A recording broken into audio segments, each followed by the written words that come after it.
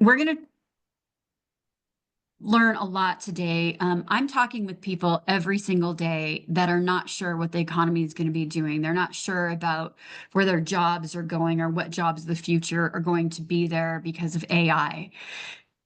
About from 10 o'clock to 11 o'clock Mountain Standard Time, I was on a call with other quite successful recruiters, and I just want to listen to what they're talking about. And they are talking about AI and how it's changing the workforce and machine learning and what that's doing for humans and how humans are responding to all of that. But they're also giving me a lot of websites that are really interesting right now that I'll probably be sharing. Did you know that there's something called lazy apply?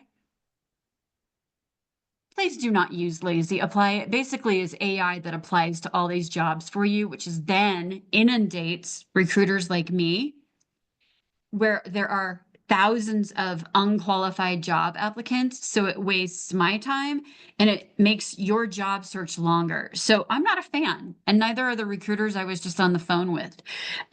There's this new site called stealthinterview.com.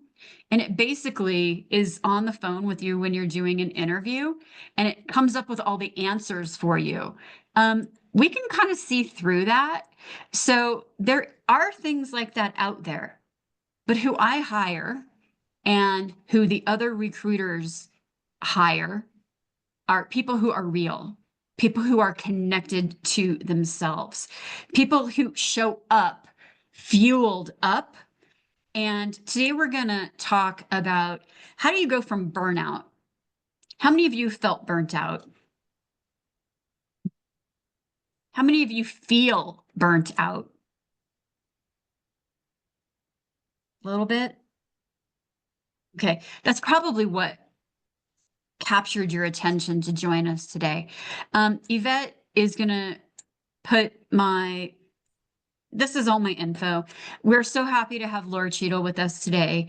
I'm going to turn the presentation over to her in just a few minutes. If I haven't met you, I'm the CEO of Best You Talent Advisors. My name is Shelley, and I work with companies in management consulting, fintech, cannabis, large mining companies, and I'm an executive recruiter. I do recruitment for lots of different roles, and the economy has been a little weird. So right now I'm working on a production manager role, some HR, and most likely going to be moving in on some fintech roles. So make sure that you watch out for my posts on LinkedIn because I put out what I have. Companies in affordable housing, real estate investment, private equity. Healthcare is always going to be stable. But I'm shocked. I would be shocked if we didn't have a lot of people who are in healthcare that are not completely burnt out, because think about what's going on with baby boomers.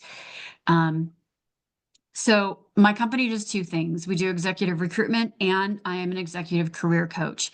My clients have earned over $9.4 million over the past 5 years. I have helped over 200 people, and I'm a holistic coach. And if that sounds a little woo-woo, I'm okay with that, because as a person, we do not live up here. How many are tired of just bobbleheads on the news or, right? We want to know the entire person.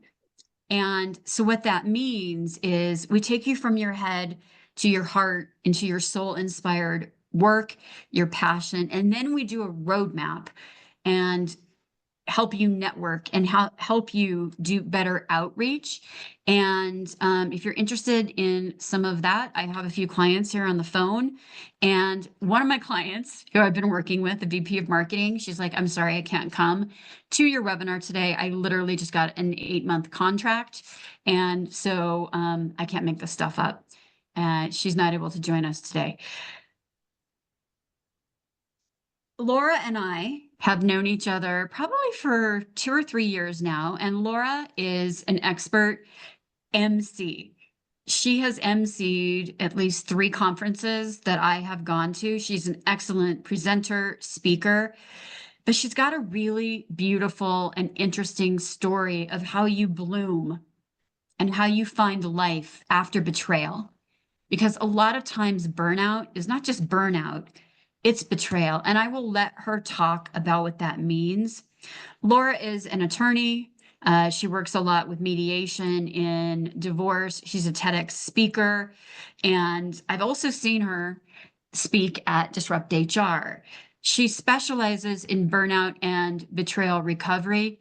And you might thinking, why is this a topic for professional development? I can't actually think of a topic that's going to hit us in our soul and heart-centered inspirations day more than how has corporate betrayed us? How has ATS systems and the job market and AI and being ghosted and et cetera, betrayed us? And how do we betray ourselves by thinking that we are alone and isolated? Because you're not alone, which is why you came to this community. Lora helps burned out professionals, as do I, through a program called Positive Intelligence. Lora, I'm just going to turn it over to you from here. And for our audience, we will have more events in April and throughout May. We're putting together every 6 weeks behind the recruitment curtain so that you can listen and learn the greatest and best tips from recruiters who are hiring. So be on the lookout for that. Our next one is April 17th. I'm going to stop sharing and turn it over to you, Lora. Wonderful. Thank you. And I will see if I can start sharing. And then, Hey, Lisa, it's good to see you. uh, look, somehow I cannot quite get that back. It is so good to see you too, Shelley and Laura. I can't It's wait for your so presentation, great Laura. to I'm see ready. you, Lisa. And like, look at this. I shared and it's on Canva, but you know what? We can make it work from here. Haha.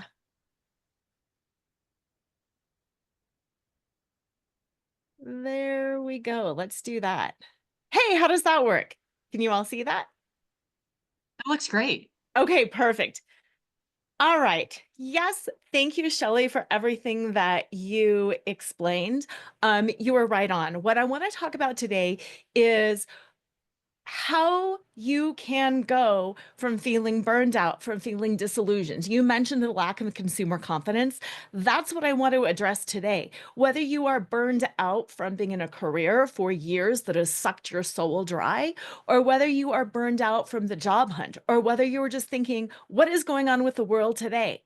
What you will walk away with is 5 tools that you can use anytime you feel any one of those feelings that can help you spark engagement, feel feelings of well-being, and fuel yourself up again so you have the energy to move forward, get what you want, fight for what you want, and become who you are. So, my first question is, how many times have you opened an email or looked a coworker or a client in the eye and thought, there is no way I am going to get through another day?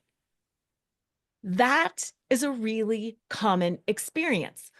And I had that experience. I was practicing law, as Shelley mentioned. I was a corporate attorney for 10 years. And not only that, I was working in-house for an insurance company that was based in Canada. And we were in the process of merging with a US company, which meant everything was changing. And I kid you not, sometimes on a daily basis. So I never could find my footing. It's one thing to like grow and learn. It's another thing to have that experience where every day it's something different. And that was what I was facing. Not only that, my kids are 22 months apart. So I had 2 kids under age 3. I had a yellow lab puppy. My husband had a job that required him to work out of town 2 weeks out of every month. And 3 out of 4 of my grandparents were in some phase of dying: emphysema, COPD, and cancer. And I couldn't cope. I literally couldn't cope. I was doing my best, but at work, they implemented this new policy where senior attorneys had built-in recycling bins in their offices, but us junior attorneys had to walk down the hall to do our recycling. So, in my state of frazzled craziness with everything that was going on at home, this simple action became proof, air quotes, proof to me that the company was against me, that I was doing things wrong, that I was failing, that they didn't see my value, that they didn't see my worth, because otherwise they would have given me a built-in recycling can in my office, right? So I let this simple policy that was not aimed against me, that had nothing to do with me, impact me in ways that started this downward negative spiral that burned me out, that made me negative against the company, that made me feel hyper vigilant, like, well, what are they going to do next to me? I mean, this was not a personal policy, but I didn't get that in my already stressed out, hypervigilant state. The other thing that started happening was I started noticing that everybody around me had this very powerful executive presence. And I didn't, because I was exhausted, because I was running all the time. And I started hyperfixating on the fact that the other women had these beautifully maintained fingernails, and I didn't, which again set me down this negative self-talk spiral that I was a failure, that I didn't have this powerful executive presence, that why can everybody else do it and what's wrong with me and why can't I do it? And that negative thinking, both that I was wrong inside and that the company was against me, literally led me to walking away from a career that I otherwise enjoyed, because my mindset was, I can't work here anymore. I don't have time for a manicure. So I tell that story in service of, I know, me either. I still don't have one. This story, I'm telling you in service of, it was completely irrational. It was completely unreasonable. Yet in my head, in my heart at that moment, it felt justified. So for me, it was trash cans and fingernails that pushed me over the edge and led me to take action that I might not have otherwise taken. So that's my question for you. What could it be for you? What irrational belief, either internal like fingernails or external like trash cans, might be going on that leads you to make a decision that might not be in your best interest? After I left work, I started my own career as in leadership wellness coaching. And one of the things that I loved about that was, as a leadership wellness coach, I will do all the things to manage burnout, right? I'm doing yoga, I'm doing fitness, I'm doing self-care, I'm breathing, I'm teaching all of these other people how to do all of these other things. But here's the thing, I was still burned out. And as a lawyer, I'm thinking cause, effect, cause, solution. Why am I still having that same effect? Why am I still feeling burned out if I'm doing all of these self-care things that are meant to combat burnout? And why are some of my clients also remaining burned out, even though they're doing all the things, including in some cases, leaving the job that is causing their burnout? It wasn't until I went through a significant personal betrayal that I started realizing why the traditional remedies for burnout don't always work. And that's because it's not always just burnout. It's also a sense of betrayal. And until you address that betrayal, chances are you are always going to feel burned out as well. Okay, so what's the difference between burnout and betrayal? Let's talk about that. Burnout is defined by the World Health Organization as an occupational phenomenon resulting from chronic workplace stress, stress that has been unsuccessfully managed. And it's characterized by 3 symptoms. First, feelings of energy depletion or exhaustion. Second, increased mental distancing from one's job or feeling negative towards one's career. And third, reduced productivity. Betrayal, on the other hand, it's not stress.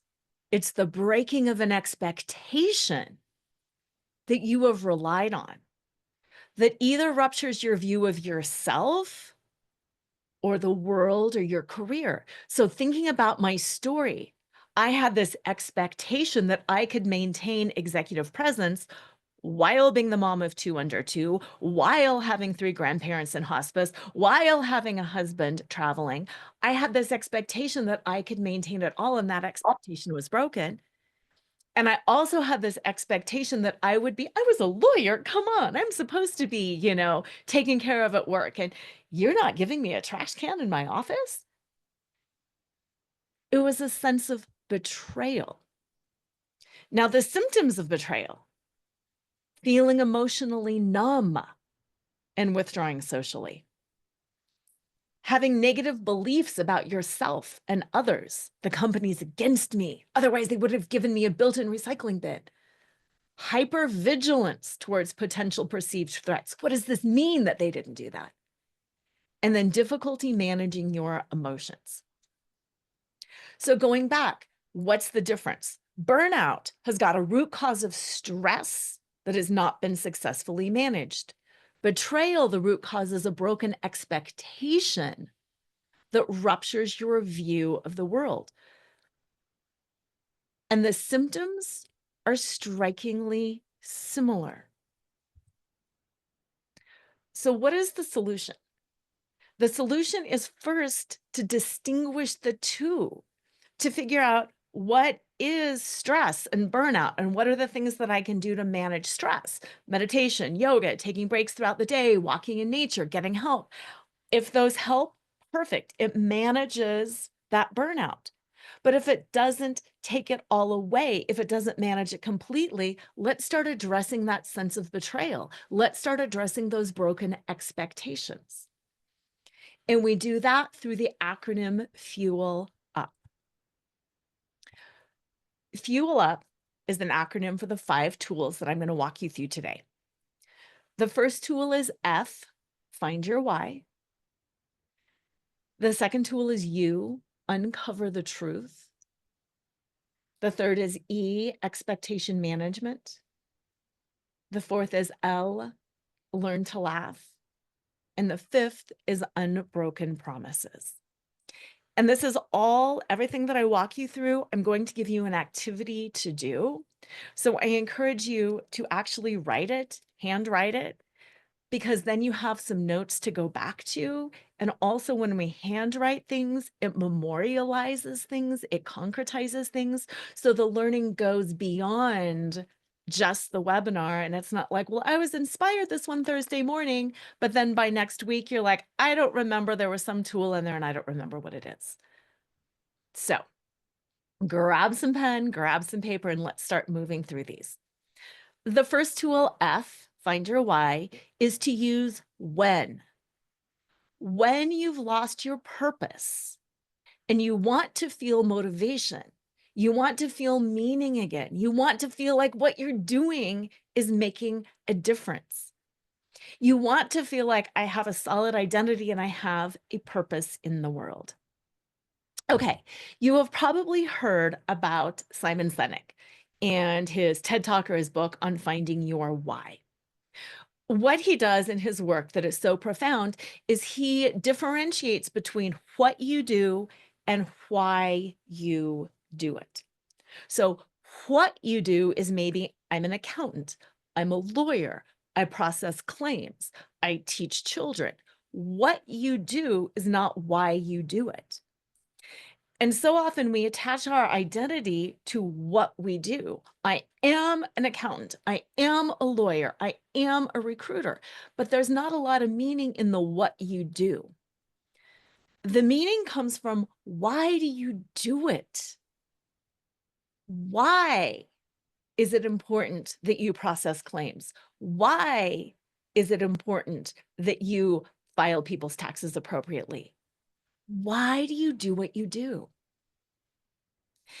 And I'd like you to write down these 4 areas: personal, professional, aspirational, and practical. And give some thought tonight, later this afternoon, to your why. Why are you doing the things in your personal life? Taking care of your kids, aging parents, friends. Why? Because I want connection, because I want love, because why? Professionally, why are you doing what you're doing? And I want you to be very grounded in that, because I need money, because I want a great vacation, because I need to send my kids to college and I want to cover that cost. Why? Be honest about it. Aspirational is what you do for those big dreams. I want to change the world. Why? Because I really am passionate about blah, blah, blah, blah, blah.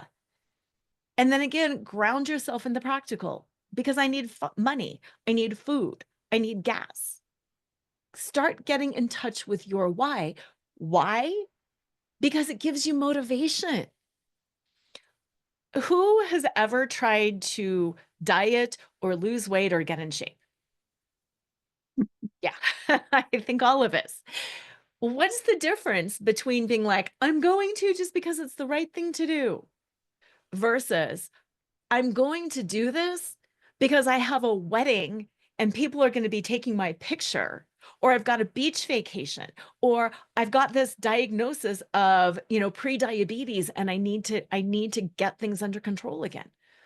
When you have a solid why, it's a lot easier to be like, oh yeah, chocolate waffles, no thank you, versus not really having a concrete, solid reason why. So that's why always being in touch with your why gives you so much meaning and gives you so much purpose. I just wanted to share that the reason I went to law school is because I'm a big believer in justice, and fighting for justice is really important to me. So when I left work, I had a bit of an identity crisis, not because I couldn't say that I was a lawyer, but because I lost my purpose. If I'm not fighting for justice, then what am I doing? And it wasn't until I realized that coaching is fighting for justice. I'm teaching people how to advocate on their own behalf. So I am spreading justice. And then I could kind of be like, I relax. I get it. So this is the first activity that I want us to do today. I want you to write down this sentence. I'm a monument to fill in the blank because fill in the blank.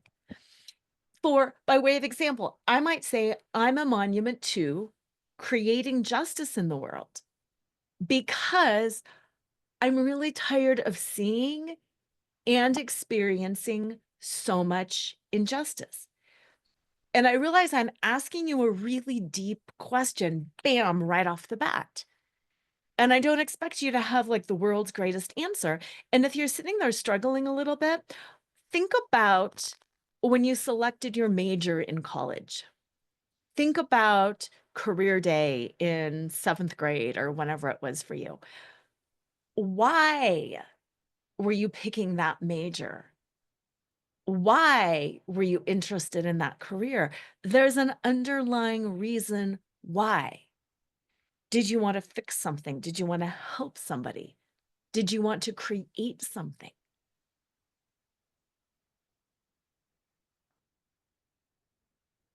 And I would love it if anybody could put in the chat what they are a monument to and why.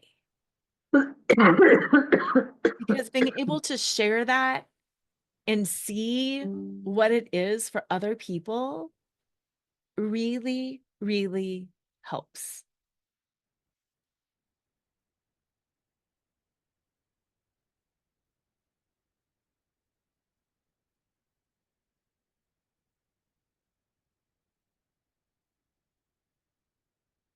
And then I want you to process that for yourself. How does it feel to declare that? How does it feel to say, be asked to put that in the chat? Like Brooke said, I'm a monument to creativity. But why? Why are you a monument to creativity? What about that is important to you? Because that's where the good, juicy stuff starts happening. And if you're thinking, I don't know what it is, why? How does it feel to not know? And what can you go back to start knowing? And look, my mouse just died. There we go. Now, the next step that I want to move into is the you. And that's uncovering the truth. And this is the tool that you can use when you keep trying, but things aren't working out. When you're like, I've tried self-care and it doesn't work. I've tried communicating with my boss and it doesn't work. I've tried applying for jobs and it doesn't work. This is the tool to use when you feel that frustration and you don't know what to do about it. Now, I'm going to tell you a little story about uncovering the truth. In 2019, the American Bar Association did a study on the attrition rate of female attorneys. What was going on is about half of the students in law school were women, but at the end of the day, it was something pathetic. And I forget the exact number, but it was like, but only 10% of partners were women. So it was like, why are so many women leaving the practice of law? And what they uncovered was, surprise, surprise, women were leaving because they were tired of dealing with a toxic workplace culture. Two of the things that women cited most often were they really got tired of being at work and being saying like, oh, are you the secretary? Are you the paralegal? And they're like, no, I'm the attorney. And they also got really tired of being perceived as being less committed to their career when they took time away for caregiving responsibilities than the men were. So those are the reasons why. When they talked to the law firms and the law departments about what they were doing to mitigate these women leaving, the law firms and law departments were saying things like, well, we're offering more professional development. Well, we're offering more pay. We're offering more benefits. And there was that disconnect. It was like, well, great. More pay is great. Don't get me wrong. More benefits, that's great. Don't get me wrong. But it doesn't solve the problem. The problem is culture. These women are leaving because of culture, and you're just throwing more money at them. And that doesn't solve the problem. Maybe it'll get them to stay for an extra year, but it doesn't solve the problem. There is a mismatch. So when this study came out, it uncovered the truth that it wasn't about benefits. It wasn't about professional development. It was about culture. So when you uncover what's really going on, it gave the law firms and the law departments the information that they needed to fix the problem. So that's my question for you today. Is what you are feeling truly burnout? Is it the inability to deal with stress? Is it because you don't take the time to meditate? Is it because you don't take the time to connect with nature? Is it about stress? Or is it a sense of betrayal? Is it that deep-seated feeling that the whole world is not what I thought? My job is not what I thought. I had expectations and they weren't met, and it's a sense of betrayal. Or, like most people, is it some of both? One of the tools that I use when I see people individually is hypnosis. And I love that Shelley mentioned woo-woo because some people are like, oh, hypnosis is so woo-woo. It can be, but it's also not. It Hey, is Laura, another name. Yeah. sorry to interrupt you. Your screen is like extra big. Is anybody else saying that? Oh, that is so interesting. So maybe don't zoom it in so much. Or maybe it's just me. I don't know.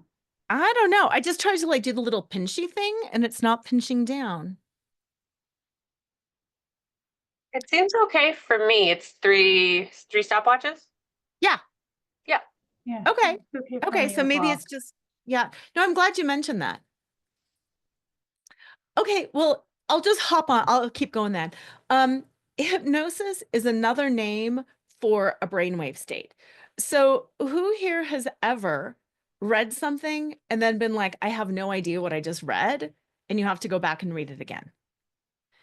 That means you're in a state of hypnosis.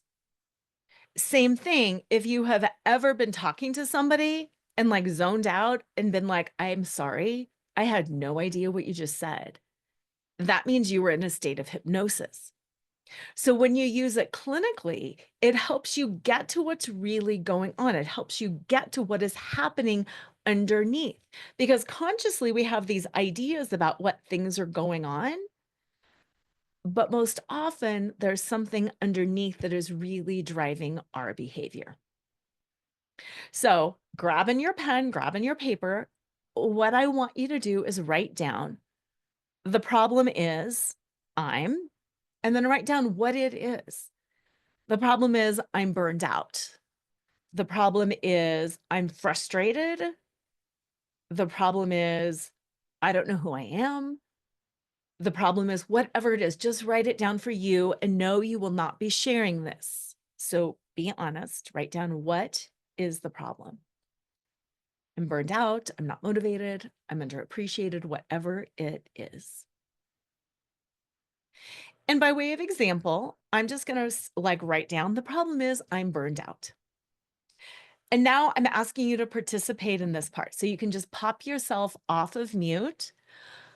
When I say the word burned out, what are some words that you associate with burnout? And it doesn't have to be real. Like if you associate purple with burned out, if you associate racetrack with burned out, that's fine. But I'd love you to just pop yourself off mute and throw a couple words at me that you associate with the word burnout. Hamster wheel. Yeah, hamster wheel. Frustration. Frustration. Exhaustion. Exhaustion. Yes. A wall. Low, What were those? A wall. A wall. Yes. low mood. Low mood. Totally. Totally. Totally. Okay. Now I want you to go to your sentence, the sentence that you just wrote. The problem is take your word, and I want you to do 3 words that you associate with that word and just write those down under. So if you're like, the problem is I'm frustrated, you could say whatever it is, tangled, hungry, angry. Write down your 3 words.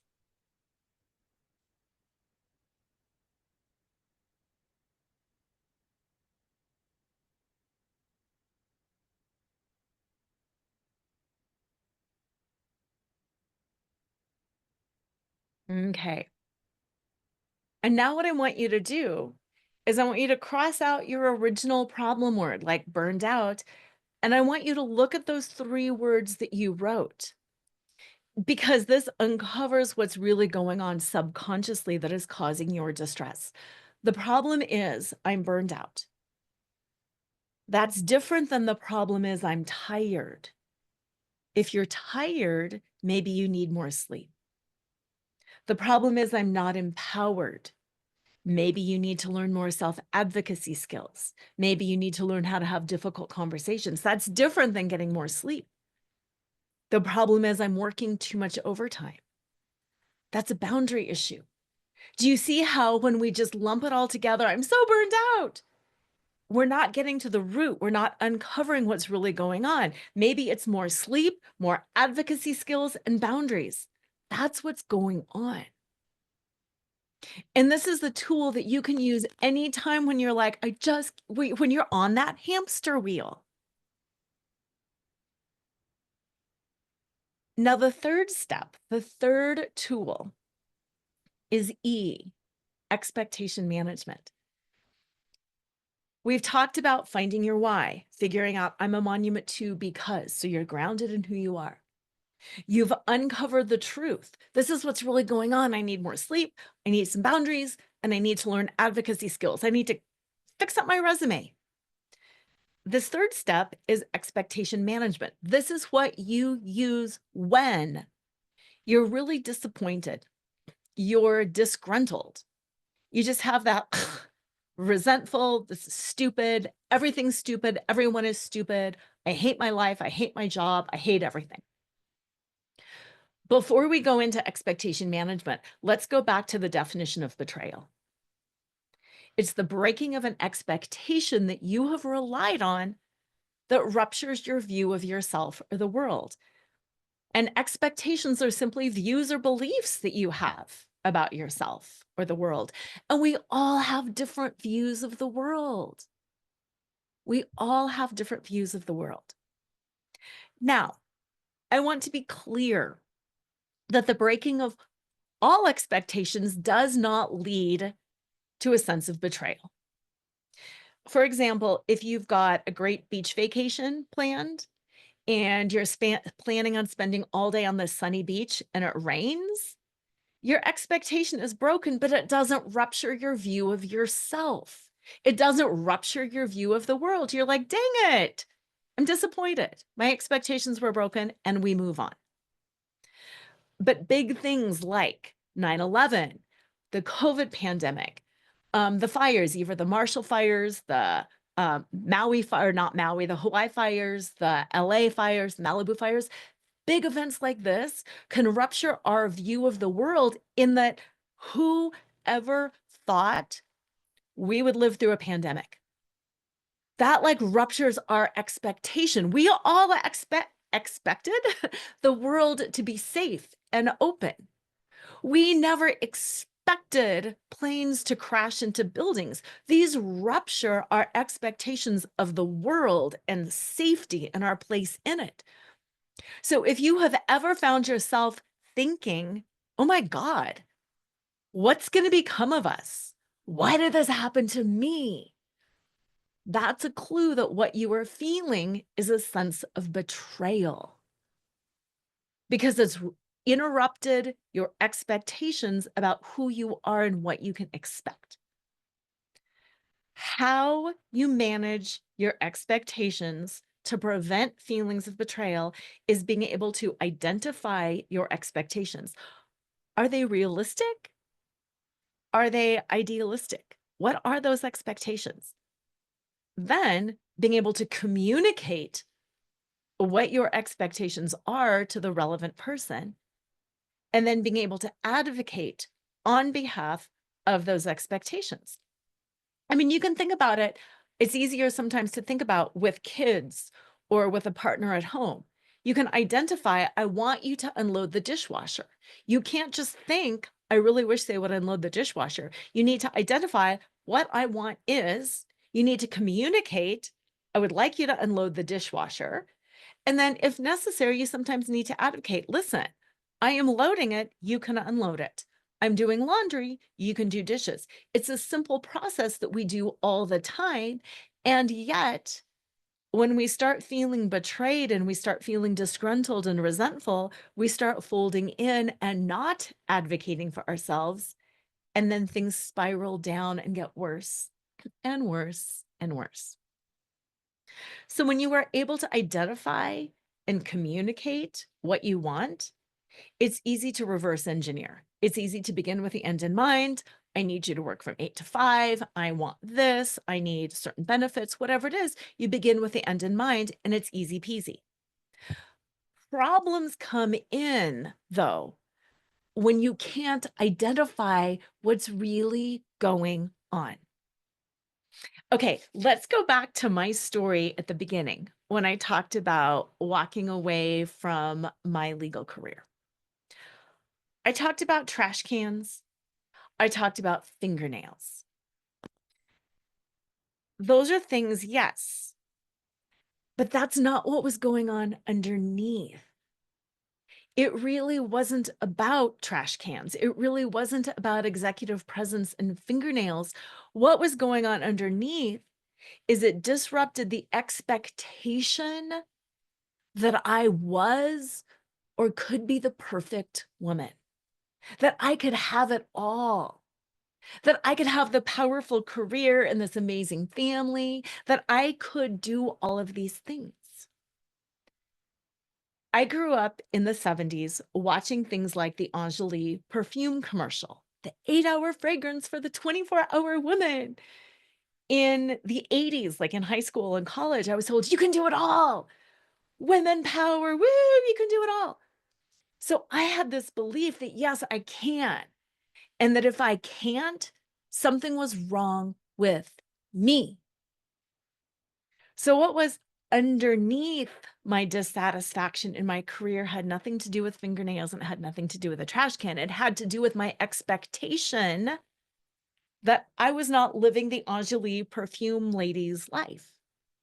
I was struggling, I was suffering, I was exhausted, I was emotional, and I couldn't do it all. So that's why we use these tools together. We uncover, we see what's really going on. Once you uncover, then you can communicate. How do you know if an expectation is realistic or idealistic? Can you communicate it? It's realistic if I can say, you know what? I expect to get paid for my overtime. That's realistic and I can communicate it and I knew who to communicate it to. But who would I communicate? I'm really feeling sad because I'm not the perfect woman. That's how you know it's idealistic. I can't communicate. I can't tell, dear universe, this is unfair. These covert expectations that we're uncovering usually have to do with like, I'm special, I'm important. Of course I deserve to be seen. Of course people will value me. Well, I'm a little different than everybody. We all have those expectations. We all feel like we deserve things. That's a normal part of being a human. So once again, I'm going to ask you to take yourself off mute. And I want you to brainstorm, what is one expectation an employer might have about somebody they're hiring? An expectation an employer might have about somebody that they're hiring. Just throw one or two out.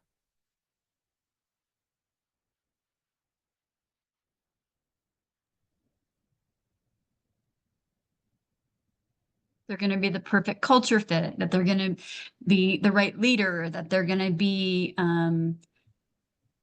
savvy enough politically, that they're going to work 4 days in the office with 1 day off, that they're going to. So what else is out there? So many. Everyone. Good. Yeah. Now, on the flip side, what's an expectation somebody who is seeking a job might have? That they can work remote, that there's upward mobility in the company. What are some other expectations that an employee might have going into a new work environment? That their employer will support them in their training and their learnings as they get onboarded. Yeah. That they'll So- treat them with respect. Ding, ding, ding. That's a huge one. So do you see there's this gap in expectations? And I, as an employee, I assume my employer is going to be emotionally competent and will treat me with respect. An employer might be thinking, I'm the old school partner, like for me in a law firm, and I was challenged and I'm going to challenge, and I had to pull myself by my bootstraps, and these other people are going to suffer, and they're going to mismatch of expectations. One way to help start managing your expectations is to ask yourself, what are my expectations? Because if you're going into an interview, you might need to ask yourself, what am I expecting? And then you can communicate that to your prospective employer. We're not talking like big career limiting things, but I expect that there will be opportunity for growth in this company. And then you can check, are there opportunities for growth in this company? You can ask your employer what their expectations are. Do you expect me to be in the office 5 days a week? Do you expect only remote work? What are your expectations? These are some of mine. In the legal world, a contract is defined when there's a meeting of the minds. Talking about your expectations is creating a meeting of the minds. And sometimes we feel uncomfortable saying, well, I expected to be able to leave the office by 3 o'clock. And we feel uncomfortable with that. But my challenge to that is, would you rather feel uncomfortable asking the question in the first place, or be 3 months into a career and start feeling agitated and disgruntled because you're never off by 3 o'clock? Manage those expectations at the outset. Now, how do you do this? I mean, we could do an entire half day on self-advocacy. But I'm going to give you 2 simple self-advocacy tips when you're talking about your expectations. Use I statements. I feel, I want, I am looking at a career where, I, owning it. It's not necessarily that you're stating your position that you will never walk off of that position. I'm looking for a career where I can leave the office by 3:30. You're stating it. If you're stating something uncomfortable, like, I get agitated when voices get raised, you're filling people in. I get agitated and shut down when voices get raised. I'm just giving you information about me. That's an I statement. And it is the first step in self-advocacy. The second step is creating a boundary around that I statement. And that I statement is a reflection of your expectation. So here's your expectation. You create an I statement in support of that expectation, and then you put a boundary around that whole thing. A boundary is a statement of what you are going to do. It's not a statement of what you want somebody else to do. So like when I said, I get agitated and shut down when voices are raised. A boundary is, I am going to leave this conference room if voices get raised. And then you have to do that. But it's not saying, you're triggering me. You need to quiet down or I can't stay. It's, I get very dysregulated. I can't handle this. I am not in a thinking state. I am going to leave. It sounds so simple, but it's hard to do. But with practice, you will get better. And that is how you start the practice, the process of identifying and managing those expectations and then communicating and advocating on behalf of them. Shelley mentioned culture fit. So you can get that cultural fit that you want. The next tool is I'll learn to laugh. And this is the tool to use when you feel frazzled, when you feel irrational, when you feel dysregulated, when you feel like I did, where I was like, the company is so against me and my fingernails are awful. I was frazzled. I was irrational. I couldn't identify my expectations. This is the tool that I want you to use when you feel that way. When we feel frazzled, when we feel irrational, when we feel angry, it's a clue that our nervous system is dysregulated, that we have gone into a state of fight, flight, freeze, or fix. All humans go into a state of fight or flight when they feel threatened. It's a biological process. It's not that you're weak. It's not that you're not strong enough. All humans leave the prefrontal cortex and go back to the amygdala. We go into survival mode to protect ourselves. But when you are in that amygdala, when you are in a state of fight, flight, or freeze, you can't figure out, why am I doing this? I'm doing this because. You can't uncover what's really going on. You can't identify expectations. You can't communicate. You just start getting blah, blah, blah, and falling apart. Laughter is literally the #1 way to calm and re-regulate the nervous system. Yes, there's a lot of ways to do it, but laughter is the #1 way. Laughter literally makes you smarter and more resilient. Now, what I also love about laughter is it's contagious. If you're in a stressful environment and there's some appropriate laughter, it can make everybody's nervous system calm down. The other thing I love about laughter is even a forced smile or a forced laugh, the physical feeling of smiling, the physical feeling of laughter starts reminding your body of what it feels like to be in a state of flow, and it starts that chemical chain. This is a list of things that laughter helps with. These are all according to the Mayo Clinic. These have all been studied. These have all been proven. So what I want you to do for this step is to identify just one thing that you could use help with, just one. And I want you to write it down. And then over the next 2 weeks, I want you to consciously incorporate some laughter into your day. And at the end of 2 weeks, send yourself a calendar invite, write it down. At the end of 2 weeks, I want you to look at this. Are you more relaxed? Are you less tense? Has your ability to cope with stress grown? Because in 2 weeks' time, you will notice significant improvement. Now, how? How do you do that? Simple tool. I want you to notice and comment on 5 things a day that you find humorous. Notice and comment. You're marking it. You're retraining your brain. We all have a bias for negativity. It's part of that survival instinct. We all have a bias for negativity. We notice what's wrong. This is retraining your brain to notice what's funny, to notice what's right. You don't have to make a big deal about it, but you can be like, this is hilarious. Do you notice the irony of this? This is really funny.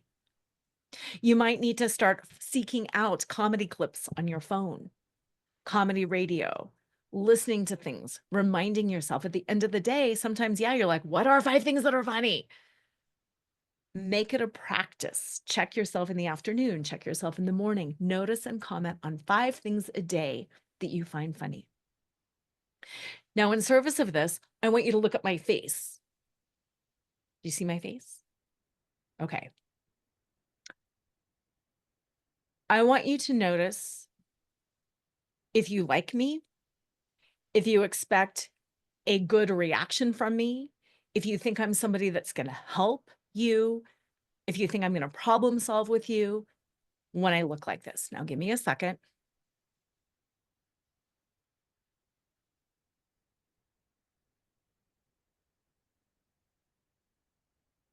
Okay, I got to shake that off. Did you like me? Thumbs up or thumbs down? Yeah. Okay, now look at my face. Same question. Do you like me? Do you think a positive outcome? Am I somebody you want to work with?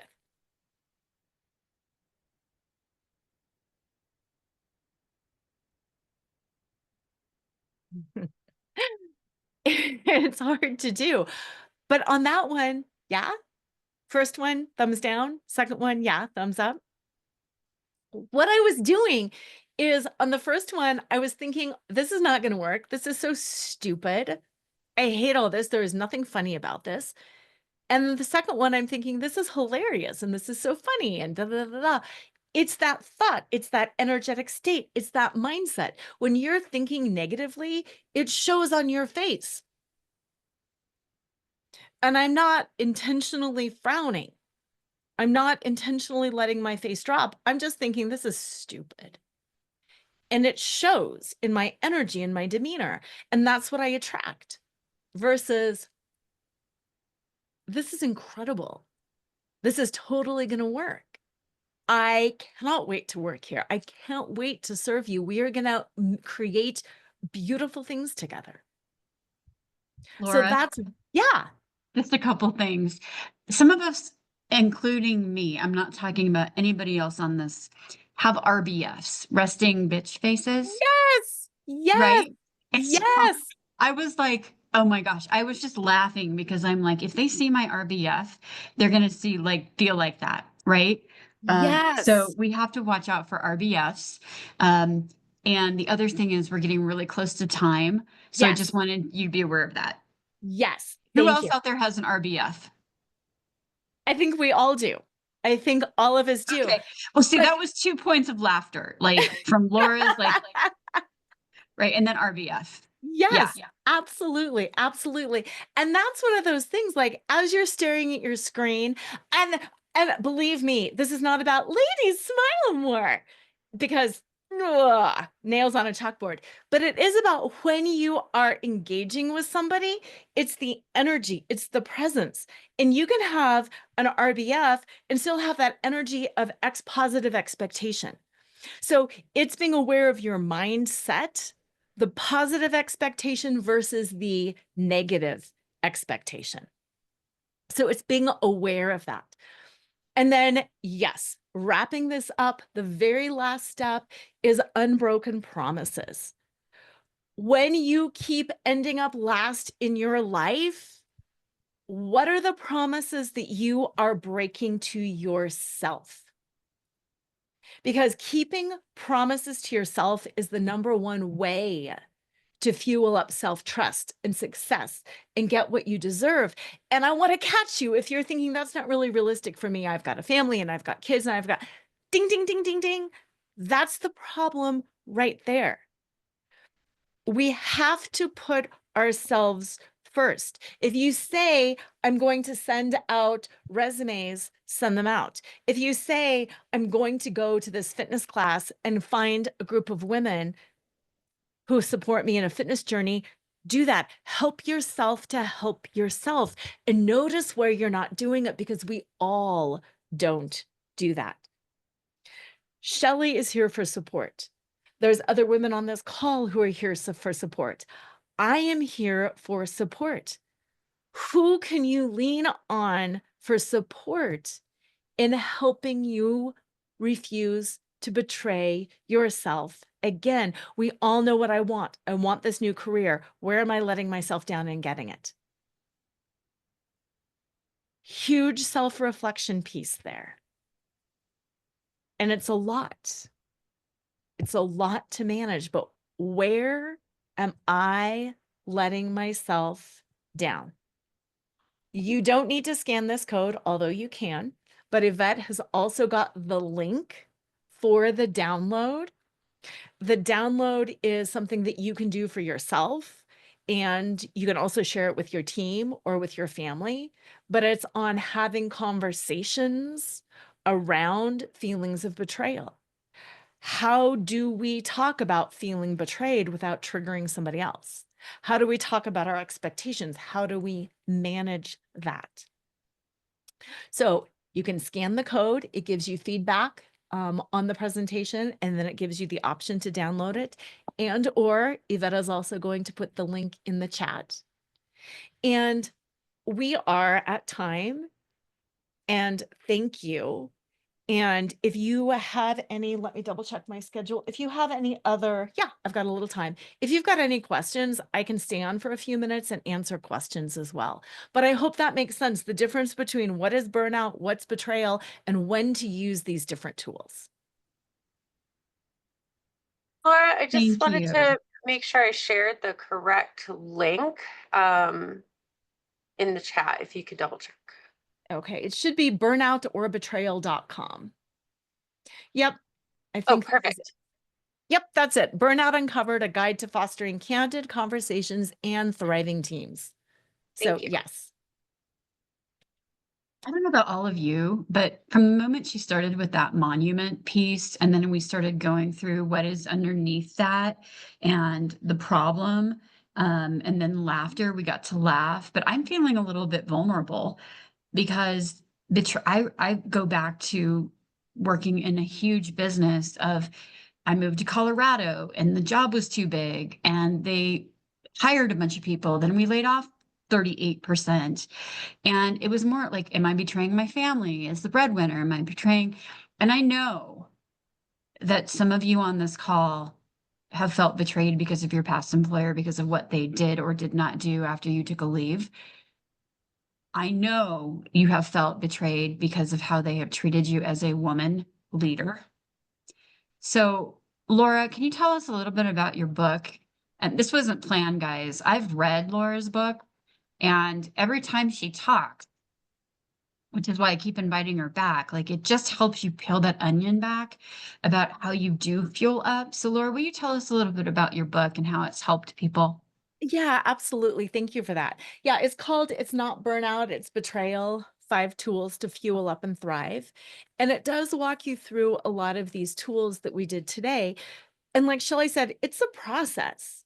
It's connecting to the why. It is unpeeling those layers, because when you are committed and connected and you've got that conviction in who I am, a woman leader, and I do deserve this, and this is how I can advocate, and this is how I can communicate, it pulls everything together so it makes you strong and vulnerable. So you can stand in your vulnerability, and you can also advocate clearly on behalf of yourself because you know yourself so well.